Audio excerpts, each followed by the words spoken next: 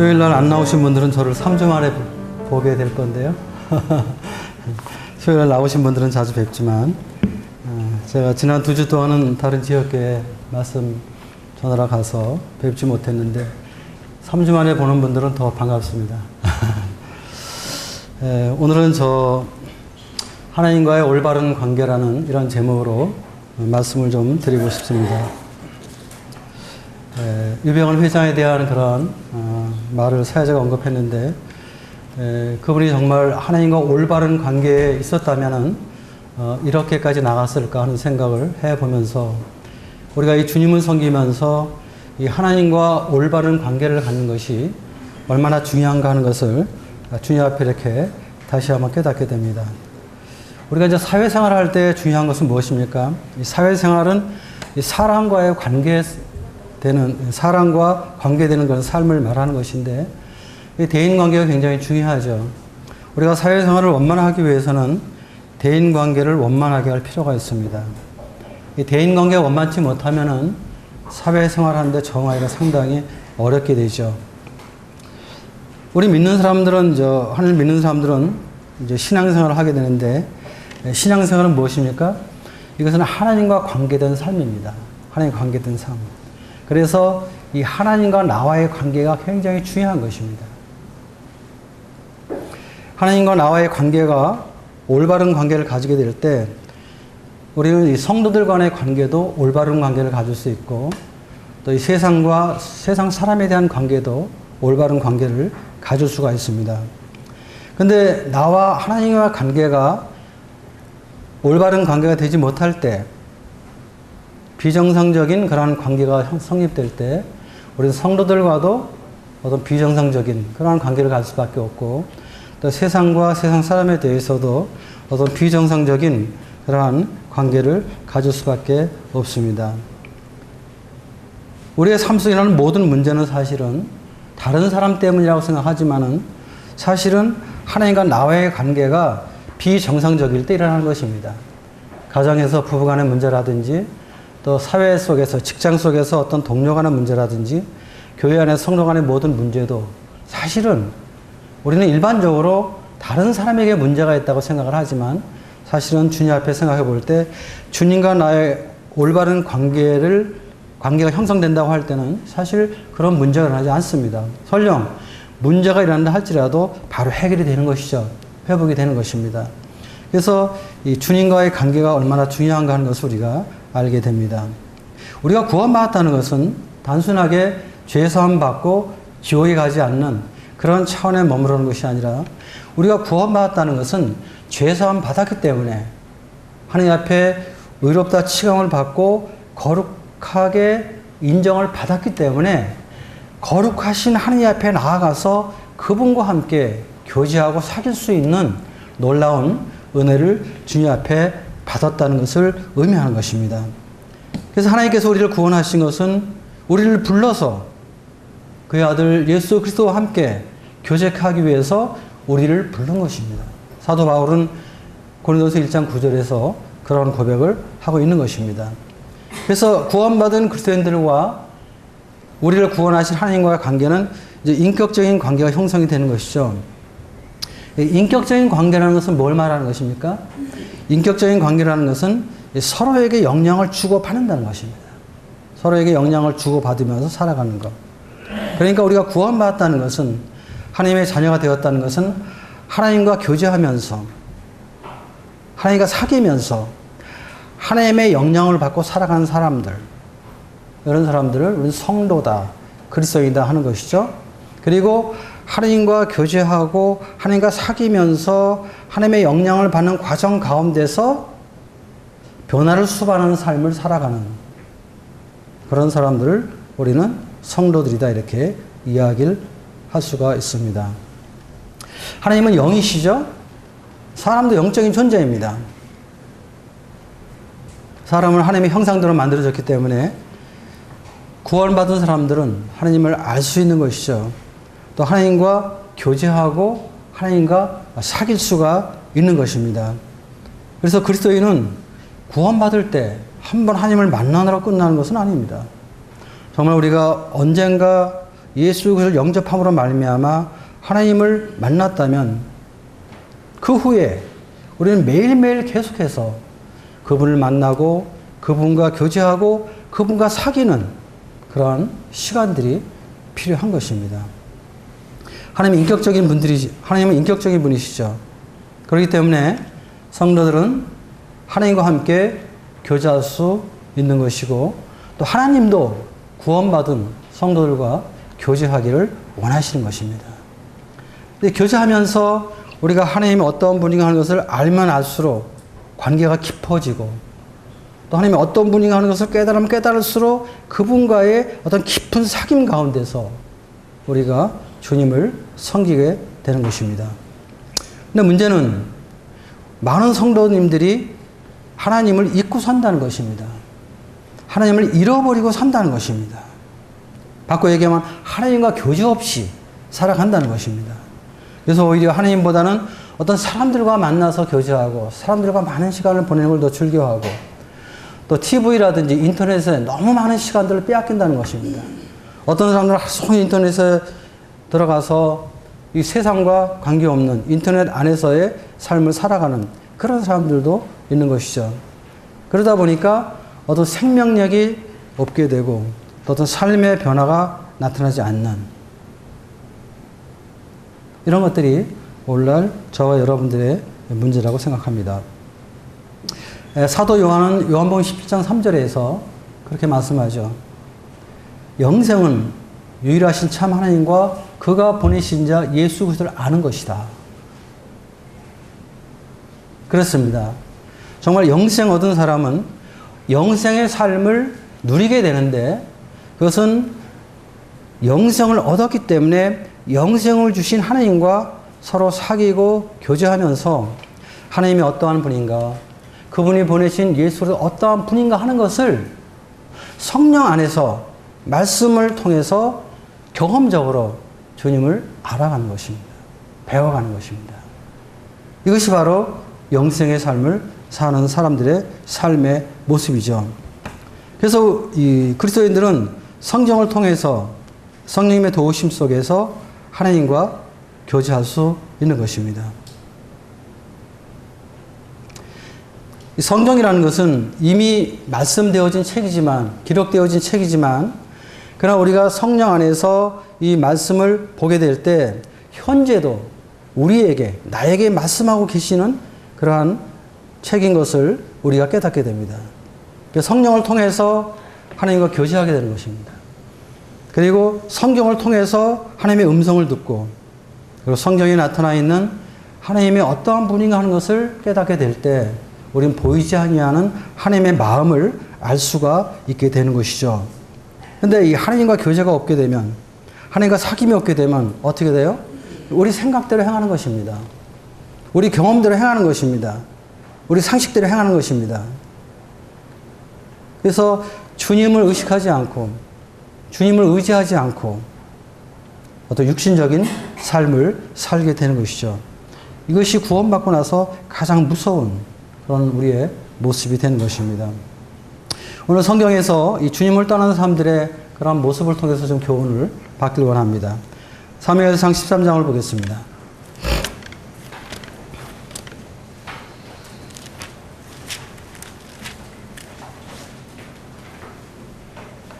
(8절) 말씀입니다. 사무엘상 13장 8절부터 12절까지 보겠습니다. 사울은 사무엘이 정한 기한대로 이레 동안을 기다렸으나 사무엘이 길갈로 오지 아니하매 백성이 사울에게서 흩어지는지라. 사울이 이르되 번제와 화목제물을 이리로 가져오라 하여 번제를 드렸더니 번제 드리기를 마치자 사무엘이 온지라.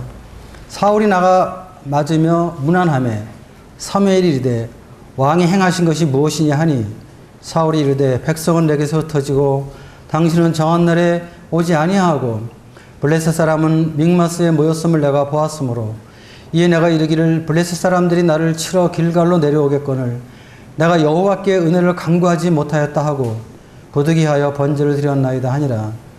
사무엘에게 이르되 왕이 망령되이 행하였도다. 왕의 하나님 여호와께서 왕에게 내리신 명령을 지키지 아니하였도다.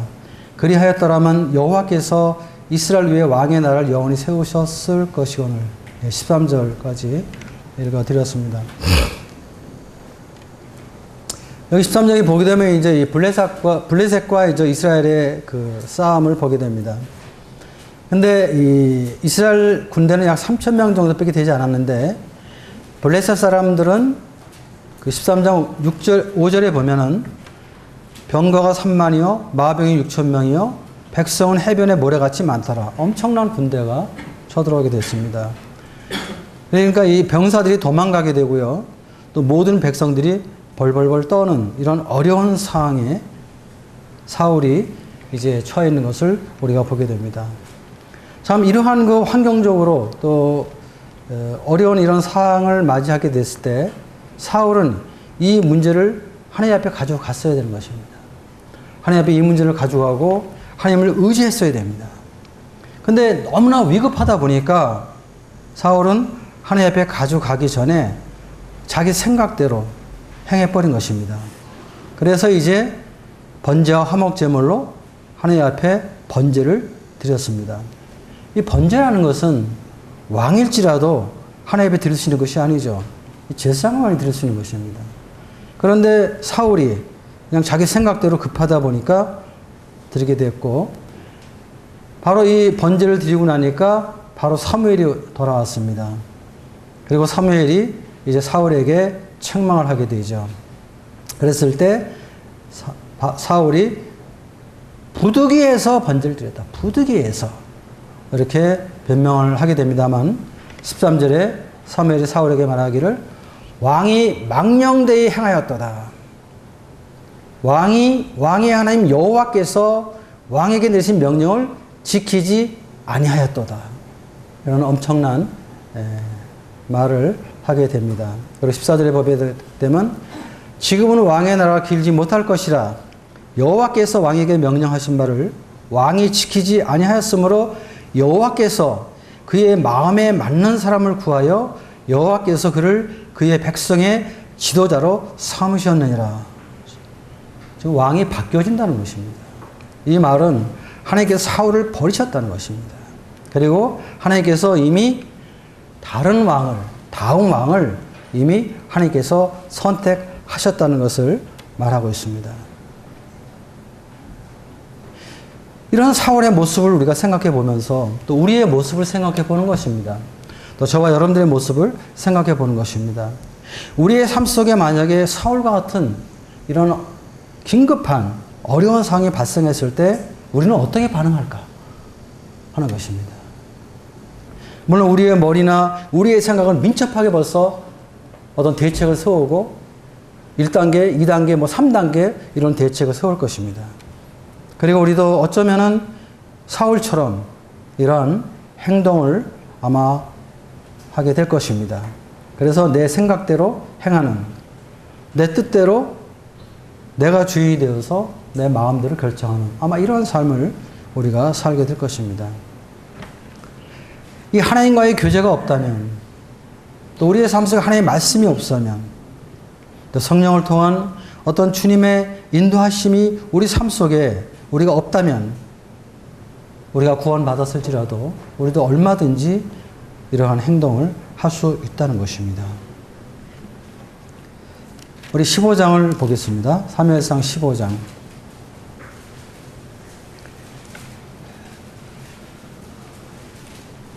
1절부터 3절까지 보겠습니다. 사무엘이 사울에게 이르되 여호와께서 나를 보내 왕에게 기름을 부어 그의 백성 이스라엘 위에 왕으로 삼으셨은즉 이제 왕은 여호와의 말씀을 들으소서. 만군의 여호와께서 이같이 말씀하시기를 아멜렉이 이스라엘에게 행한 일 곧 애굽에서 나올 때에 길에서 대적한 일로 내가 그들을 벌하노니 지금 가서 아멜렉을 쳐서 그들의 모든 소유를 남기지 말고 진멸하되 남녀와 소아와 젖먹는 아이와 우양과 낙타와 나귀를 죽이라 하셨나이다 하니, 하나님께서 사무엘을 통해서 사울에게 말씀하셨습니다. 그것은 아멜렉을 진멸하라는 것이었습니다. 하나님께서 다시 한번 어떤 사울에게 기회를 주시는 그런 모습을 우리가 보게 됩니다. 3절 말씀 아주 단호한 말씀이죠. 그렇죠? 모든 소유를 남기지 말라. 그리고 진멸해라.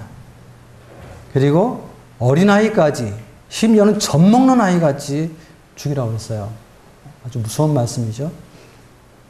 하나님의 심판과 공의는 아주 무서운 것입니다. 하나님을 두려워해야 되는 것이죠, 우리가. 그런데 이제 사울이 백성을 소집하고 아각과의 싸움에 나갑니다. 근데 9절 보게 되면요.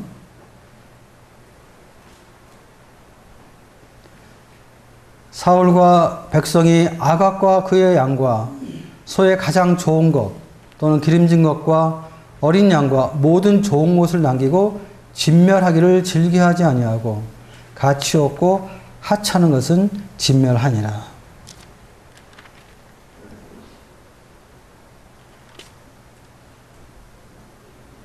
하나님께서 분명히 진멸하라고 말씀하셨는데 그냥 가치 없고 하찮은 것은 진멸하고 좋은 것들과 기름진 것들은 다 살려줬습니다.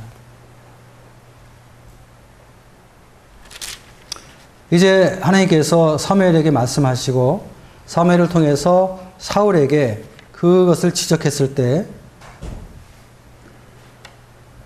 13절 보겠습니다. 사무엘이 사울에게 이른즉 사울이 그에게 이르되 원하건대 당신은 여호와께 복을 받으소서 내가 여호와의 명령을 행하였나이다. 20절 보겠습니다.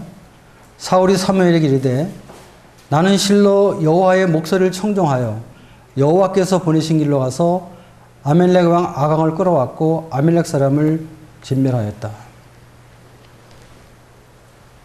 지금 하나님께서는 사무엘에게 말씀하셔서 사울을 왕으로 세운 것을 후회하면서 사울 왕이 내 명령, 하나님의 명령을 행하지 아니하였다고 하나님께서 말씀하셨는데 사울은 13절과 20절에 보면 내가 여호와의 명령을 행하였습니다. 이렇게 말하게 되고 20절에도 나는 실로 여호와의 목소리를 청정했다. 이런 말을 하는 것을 이 말씀에서 보게 됩니다. 사울은 순종했다는 것입니다. 그런데 하나님은 11절에 보면요. 내가 사울을 왕으로 세운 것을 후회하노니 그가 돌이켜서 나를 따르지 아니하며 내 명령을 행하지 아니하였습니다. 하나님께서는 행하지 아니했다고 말하고 있죠. 이 음성을 듣고 사무엘은 어땠어요? 근심하여 온 밤을 여호와께 부르짖으니라. 하나님의 백성의 나라인 이스라엘 왕 사울, 그가 하나님의 명령을 불순종했을 때 선지자였던 영적 지도였던 이 사무엘은요, 마음의 근심이 되어서 온 밤을 여호와께 부르짖었다. 하는 이런 모습을 보여줍니다. 19절 보십시오. 어찌하여 왕이 여호와의 목소리를 청종하지 아니하고 탈취하기야만 급하여 여호와께서 악하게 여기신 일을 행하였나이까. 그러니까 하나님은 지금 불순종했다고 말씀하시는 것입니다. 그런데 사울왕은 순종했다고 말하는 것입니다. 어디에 문제가 있습니까? 지금 사울은 하나님을 섬긴다고 하면서도 그는 사실은 하나님과의 관계 속에서 올바른 영성을 갖지 못했습니다. 그는 하나님을 섬긴다고 하면서 하나님을 섬기는 삶 속에서 하나님 앞에 모든 문제를 가져가지 않았습니다. 그는 자기 생각과 자기 연륜과 자기 경험과 자기 지혜로서 판단하고 행동했다는 것입니다. 그래서 자기는 순종했다고 믿었어요. 근데 하나님께서 명령한 사울 왕에게 명하셨던 하나님은 불순종했다고 말을 하는 것입니다. 하나님이 보시는 것과 사울 왕이 보는 것이 달랐어요. 우리가 주님을 섬기면서 우리도 이러한 어려운 일을 당할 수가 있습니다. 하나님이 보시는 것과 내가 보는 게 다른 거예요. 그럼에도 내가 하나님을 가장 잘 믿는 사람으로 착각할 수가 있다는 것입니다. 우리가 하나님과의 관계 속에서 올바른 관계가 형성되지 못하면요, 올바른 분별을 못하는 것입니다.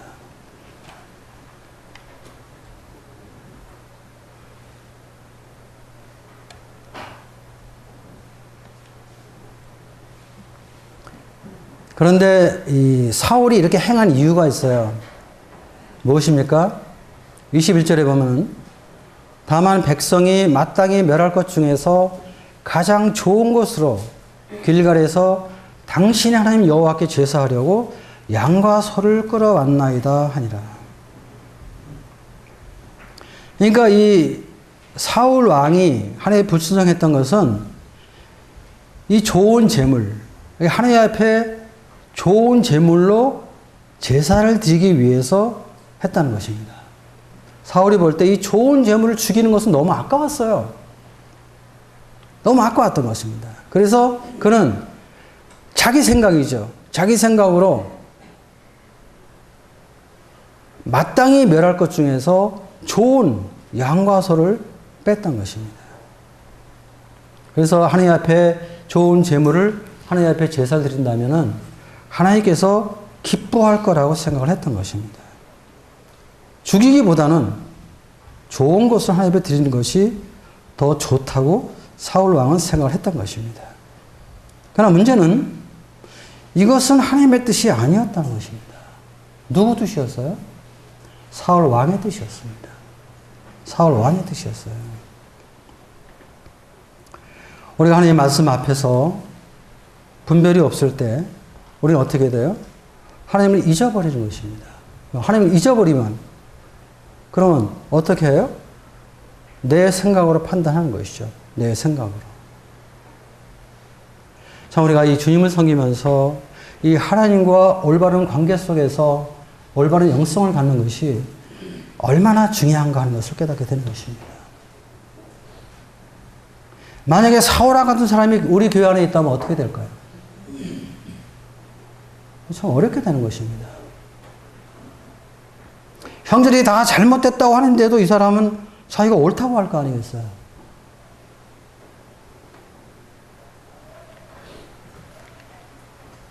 우리는 참 주님 앞에서 주님과 올바른 관계를 갖기 위해서, 이 올바른 영성을 갖기 위해서 얼마나 많은 관심과 시간을 투자해야 될까 하는 것을 교훈을 받는 것입니다. 물론 우리는 주님을 섬겨야 됩니다. 열심히 일해야 됩니다. 그 사역 상당히 중요합니다. 그래서 그 사역을 하기 이전에 더 중요한 것은 주님과 올바른 관계를 갖기 위해서, 올바른 영성을 갖기 위해서 먼저 주님과의 교제와 사귐에 많은 시간을 여러분들이 드려야 된다는 것입니다. 이제 23절에 보면은 이제 22절, 23절에 사무엘이 이제 순종이 제사보다 낫고 듣는 것이 순종의 기름보다 낫다고 이야기를 하게 되고, 23절에 보면은 왕이 여호와의 말씀을 버렸으므로 여호와께서 왕을 버려 왕이 되지 못하게 하셨다 하는 하나님의 말씀을 선포하게 될 때 사울이 비로소 이제 24절에 고백을 합니다. 사울이 사무엘에게 이르되 내가 범죄하였나이다. 내가 여호와 명령과 당신의 말씀을 어긴 것은 내가 백성을 두려워하여 그들의 말을 청종하였음이니이다. 이제 범죄를 인정하죠. 자기 잘못 인정하죠. 그러면서 이제 또 하나 문제는 뭐냐면은 누굴 끌고 들어가요 지금? 백성을 끌고 들어가는 것입니다. 내가 여호와의 명령과 당신의 말씀을 어긴 것은 어겼다는 것을 인정하는데 내가 백성을 두려워하여 그들의 말을 청종하였다. 백성들이 그렇게 하자고 했다는 거예요. 그게 안 하면 이 백성들이 자기에게 어려움을 끼칠까 봐 두려워서 했다고 이렇게 말하는 것을 보게 됩니다.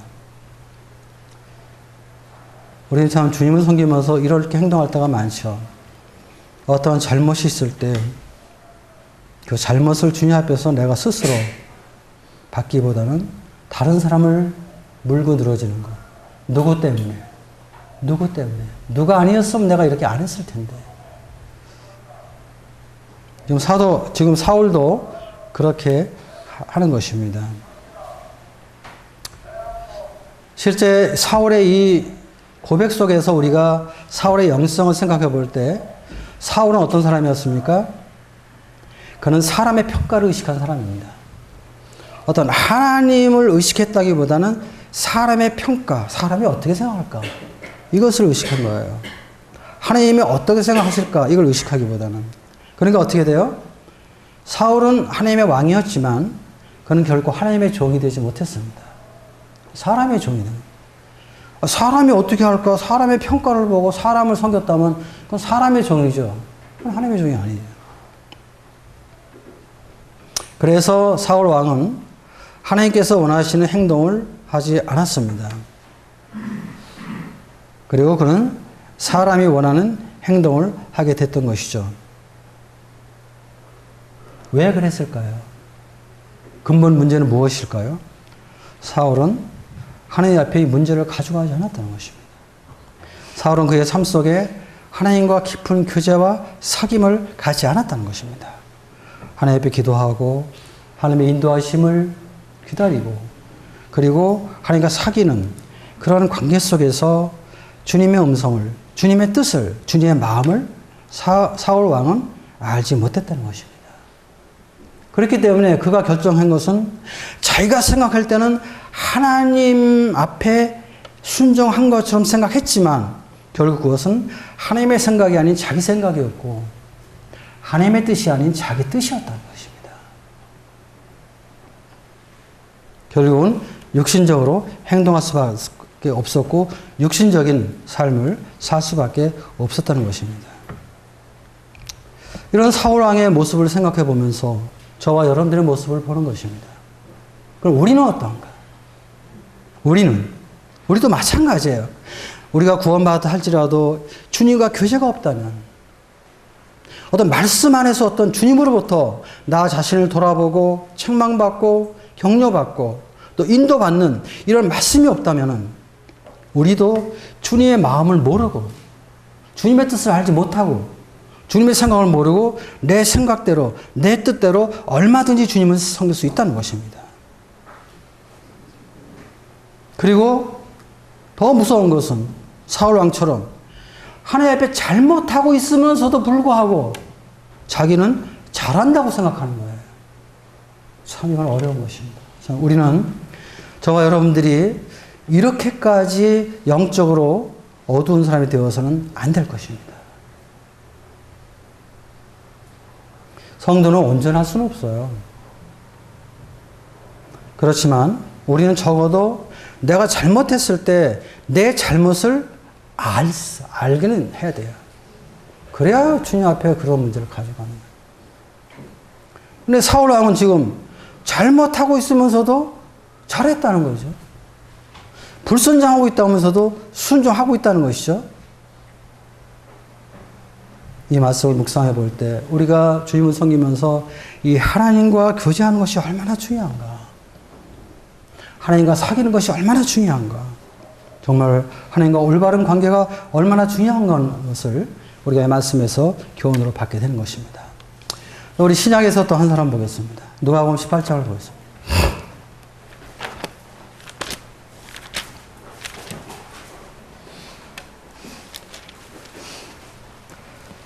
네, 9절부터 14절입니다. 18장 9절부터 14절입니다. 18장 9절입니다. 또 자기를 의롭다고 믿고 다른 사람을 멸시하는 자들에게 비유로 말씀하시되 두 사람이 기도하러 성전에 올라가니 하나는 바리새인이요 하나는 세리라. 바리새인은 서서 따로 기도하여 이르되 하나님이여 나는 다른 사람들 곧 토세, 불의, 간음을 하는 자들과 같이 아니하고 이 세리와도 같이 아니함을 감사하나이다. 나는 일에 2번씩 금식하고 또 소득의 11조를 드리나이다 하고 세리는 멀리 서서 감히 눈을 들어 하늘을 쳐다보지도 못하고 다만 가슴을 치며 이르되 하나님이여 불쌍히 여기소서 나는 죄인이로소이다 하였느니라. 내가 너희에게 이르노니 이에 저 바리새인이 아니고 이 사람이 의롭다 하심을 받고 그의 집으로 내려가느니라. 무릇 자기를 높이는 자는 낮아지고 자기를 낮춘 자는 높아지리라 하시니라. 자, 여기 이제 바리새인과 세리가 나오죠. 두 사람이 나옵니다. 바리새인은 어떤 사람입니까? 예수님이 이스라엘 땅에 오셨을 때 하나님을 가장 잘 믿는다고 자부했던 사람들이 바리새파 사람들입니다. 그렇죠? 유대교에 많은 교파가 있었잖아요. 그 중에서 가장 하나님을 잘 믿는 교파 사람들이 누구예요? 바리새파 사람들이에요. 이 바리새인들은 성경을 많이 알고 많이 배운 사람들입니다. 그리고 자신들을 가장 의롭고 하나님을 잘 섬긴다고 생각했던 사람들입니다. 우리가 로마서 2장에 보게 되면 그들은 어둠을 비추는 빛이라고 생각했어요. 바리새인들은. 근데 문제는 자기들은 하나님을 잘 믿는다고 생각했지만은 근데 주님은 그들을 인정하지 않았다는 것입니다. 여기 바리새인과 세리의 이 비유를 통해서 주님은 바리새인보다 오히려 세리가 더 어렵다고 인정을 하셨어요.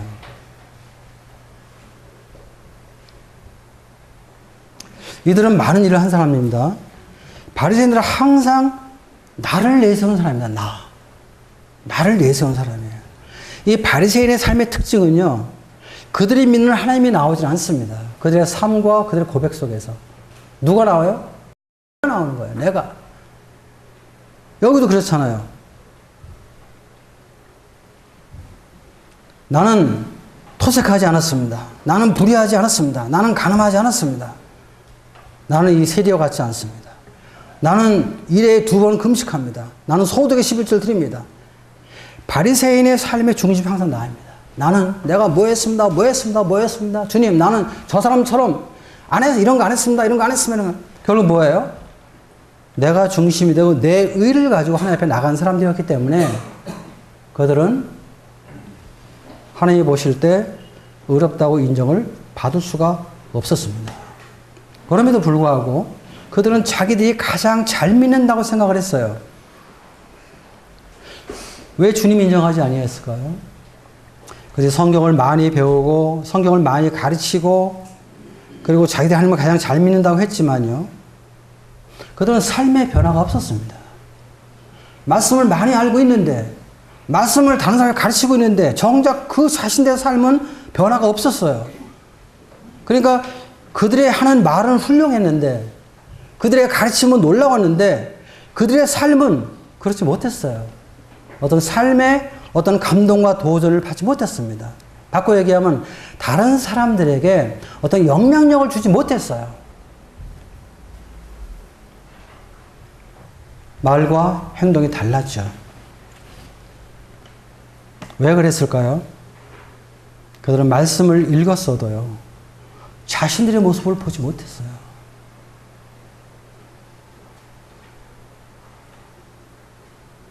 주님이 마태복음 13장에서 그런 말씀 하시죠. 이사야서를 인용해서 주님 말씀합니다. 너희가 듣기는 들어도 깨닫지 못하고 보기는 보아도 알지 못한다. 말씀을 많이 듣고 말씀을 많이 보는데도 불구하고 깨닫지도 못하고 알지도 못한다는 것이에요. 왜? 이는 눈으로 보고 귀로 듣고 마음으로 깨달아 돌이켜 내게 고침을 받을까 두려워하느니라. 바리새인들은 하나님을 잘 믿는다고 생각했지만 성경을 많이 배우고 가르쳤지만 그들의 삶의 변화가 수반되지 않았던 것은 주님으로부터 고침을 받을까 두려워했다는 것입니다. 그러니까 그들은 구약 성경을 읽으면서도요, 뭐 출애굽기나 민수기 이런 걸 읽으면서도요, 자기 조상들의 이 패역한 모습을 보면서 우리 조상들은 왜 이렇게 악했지? 아니, 왜 이렇게 이스라엘 백성들이 홍해에서 구원받고 나서 하나님께서 10가지 재앙을 내려서 놀라운 능력으로 그를 인도하고 구원하셨는데 어떻게 이렇게 하나님이 패약하지? 자기 조상들만 악하다고 생각했지 그 말씀 속에서 자신의 악한 모습을 그들은 알지 못했던 것입니다. 자신의 패역함을 그들은 보지 못했어요. 그러니까 항상 교만했죠. 여러분, 교만한 사람 특징은 뭔지 아십니까? 말씀 앞에서 자신의 모습을 보지 못하는 사람들은 교만할 수밖에 없는 것입니다. 항상 이 말씀을 가지고 다른 사람만 가르치려고 하는 사람들. 자기는 가르침 안 받고. 바리새인들은 그랬어요. 성경을 많이 읽었어요. 많이 알았어요. 많이 암송했어요. 근데 그 구약 성경을 통해서 하나님이 주시는 교훈을 받아야 될 거 아니에요. 그들은 사실 구약 성경에 나타난 이스라엘 백성의 모습은 후일에 우리에게 교훈을 주기 위해서 기록된 것이라고 사도 바울이 고린도서 10장에서 기록하고 있습니다.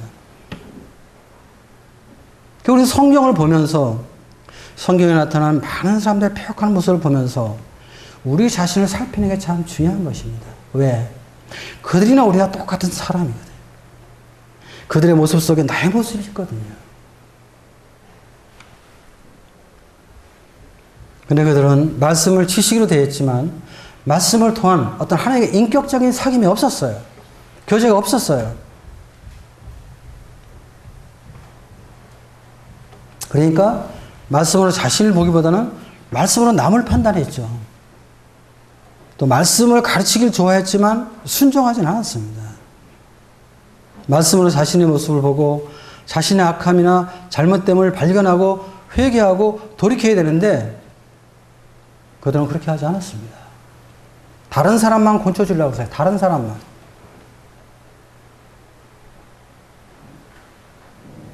우리의 모습은 어떤가요? 여러분들의 모습은 어떤가요? 저와 여러분이 이러한 사람이 되지 않기를 우리 주님 앞에 기도해야 될 것입니다. 우리가 이 말씀을 듣고 말씀을 배우고 말씀으로 주님과 교제하는 것은요.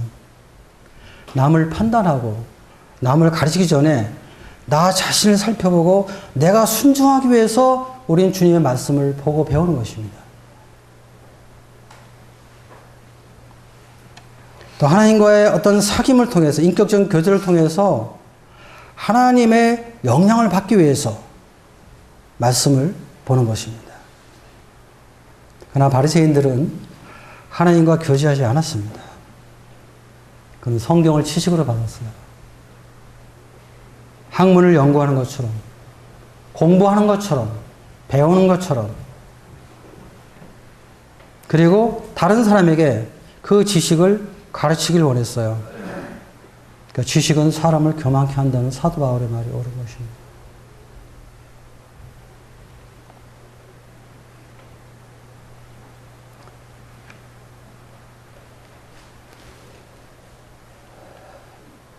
그래서 바리새인들은 주님이 지적하셨죠.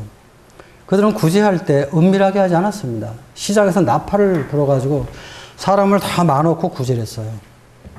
그들은 골방에서 기도하지 않았어요. 그들은 시장이나 공회에서 기도했어요. 그들은 자신의 들보를 보지 못했어요. 대신 남의 눈에 있는 티는 잘 뽑아냈어요. 잘 지적했어요.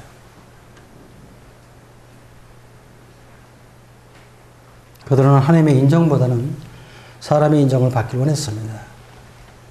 바리새인들의 삶의 특징은요, 하나님을 섬기는 것이 아니었습니다.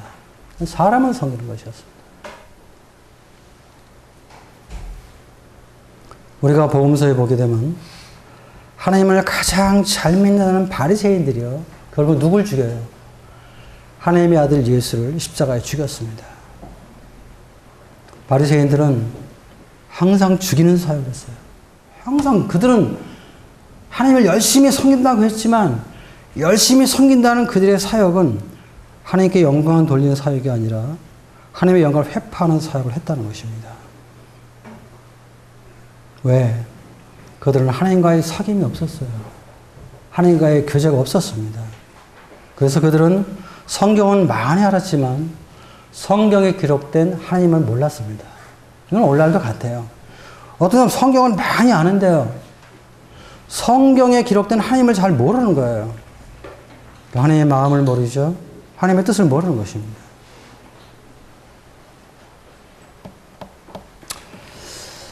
그 다음에 이제 또 한 사람 생각해 보겠습니다. 사울과 대립적으로 볼 때 우리는 누구 생각하고 있습니까? 다윗입니다. 다윗. 다윗은 하나님께서 하나님의 마음과 합한 사람이라고 말씀을 하고 있습니다.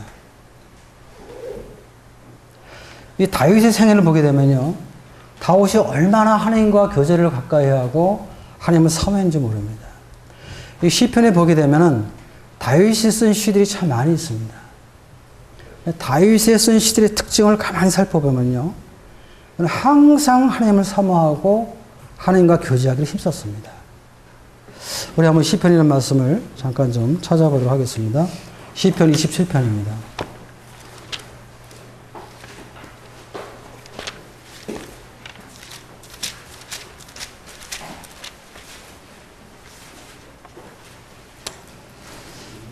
(27편) 4절입니다.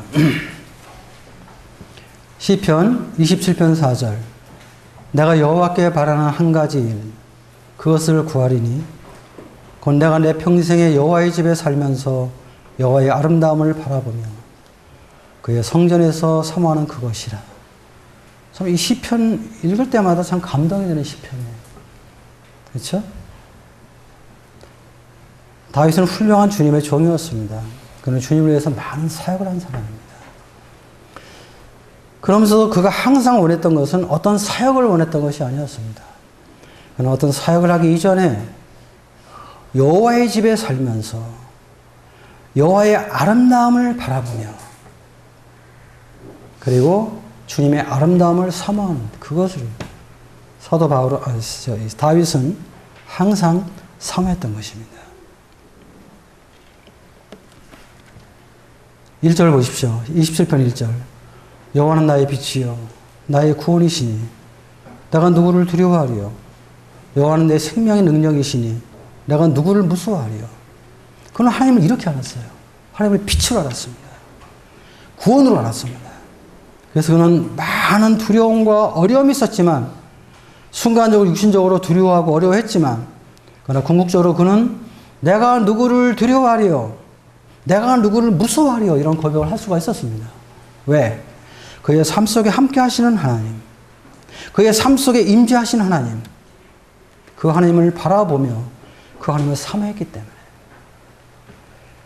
그래서 이 다윗은요, 16편을 보겠습니다. 16편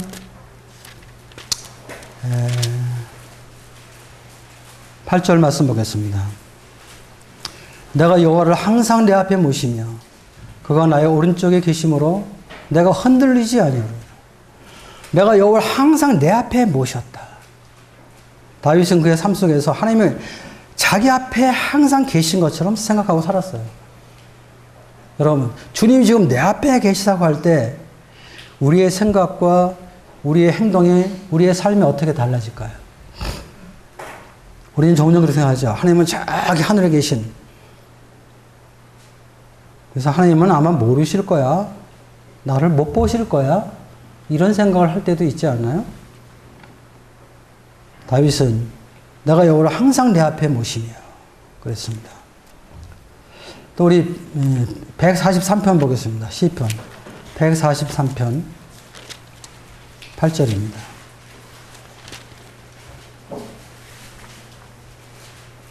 아침에 나로 하여금 주의 인자한 말씀을 듣게 하소서. 내가 주를 의뢰함이니이다. 내가 다닐 길을 알게 하소서. 내가 내 영혼을 주께 드리니이다. 참 놀랍습니다. 참 다윗의 영성은 참 훌륭해요, 정말. 아침에 나로 하여금 주의 인자한 말씀을 듣게 하소서. 그는 아침에 가장 먼저 향한 것은 주의 말씀을 듣는 것이었습니다. 주님과 교제하는 것이었습니다. 주님과 사귀는 것이었습니다. 그러므로 그는 항상 주님을 의뢰했던 것입니다. 내가 다닐 길을 알게 하소서. 내가 내 영혼을 주께 드림이니이다. 다윗은 항상 하나님의 임재를 가장 중요시했어요. 그리고 다윗은 주님 앞에 하나님을 섬기는 훌륭한 영성을 갖기 위해서 가장 노력했습니다. 그래서 우리는 주님 앞에 이런 교제와 사귐이 필요한 것입니다. 우리 다윗의 훌륭한 모습을 한번 보겠습니다. 우리가 잘 아는 말씀, 사무엘상 24장입니다.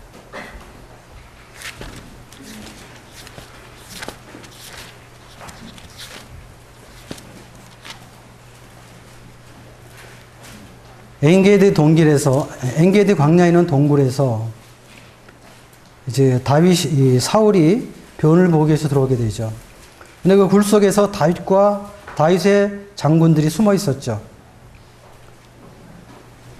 4절에 보면은 24장 4절 보면 다윗의 사람들이 이르되 보소서 여호와께서 당신에게 이르시기를 내가 원수를 내 손에 넘기리니 네 생각이 좋은 대로 그에게 행하라 하시더니 이것이 그날이니이다 하니 전부 다 다윗의 사람들은 다윗에게 사울을 죽이라고 그랬어요. 다윗은 그렇게 하지 않았죠.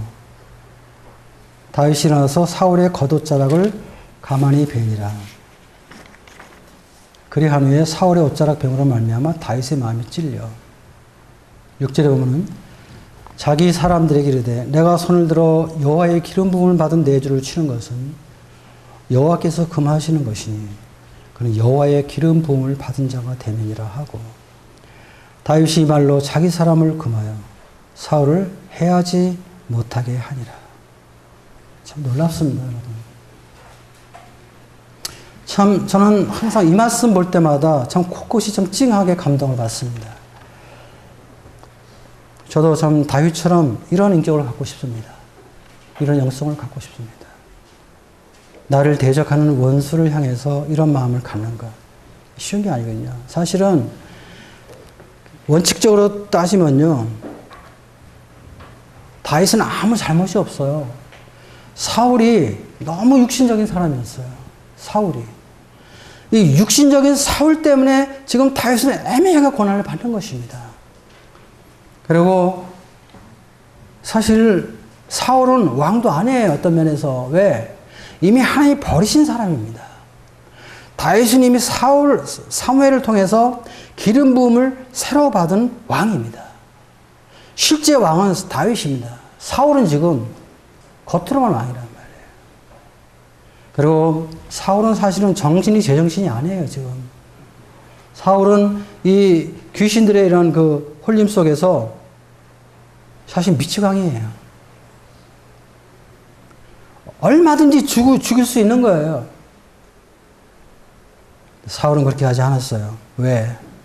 저 사람이 그럴지라도 그 사람을 왕으로 세우고 그 사람에게 기름을 부으신 분은 여호와 하나님이기 때문에 하나님이 그 사람을 기름 부음 받았다는 이 한 가지 사실 때문에 다윗은 원칙적으로 할 수 있는 것들을 그건 하지 않았다는 것입니다. 우리 원칙적이잖아요. 원칙을 많이 따지잖아요. 그렇죠?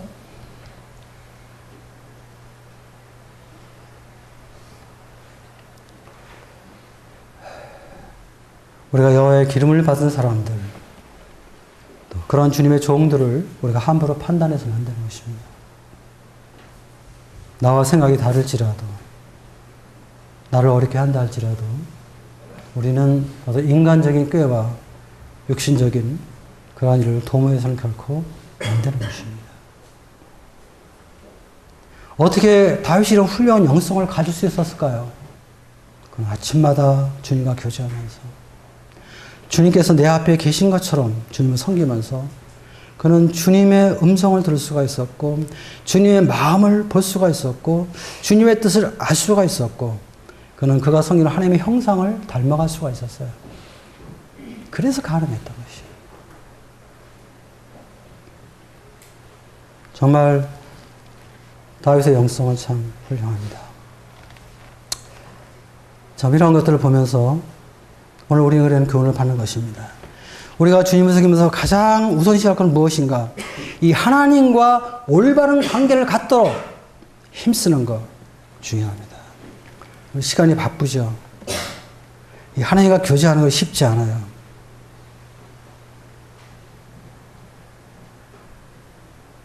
그래서 여러분들 그런 말 들어봤어요?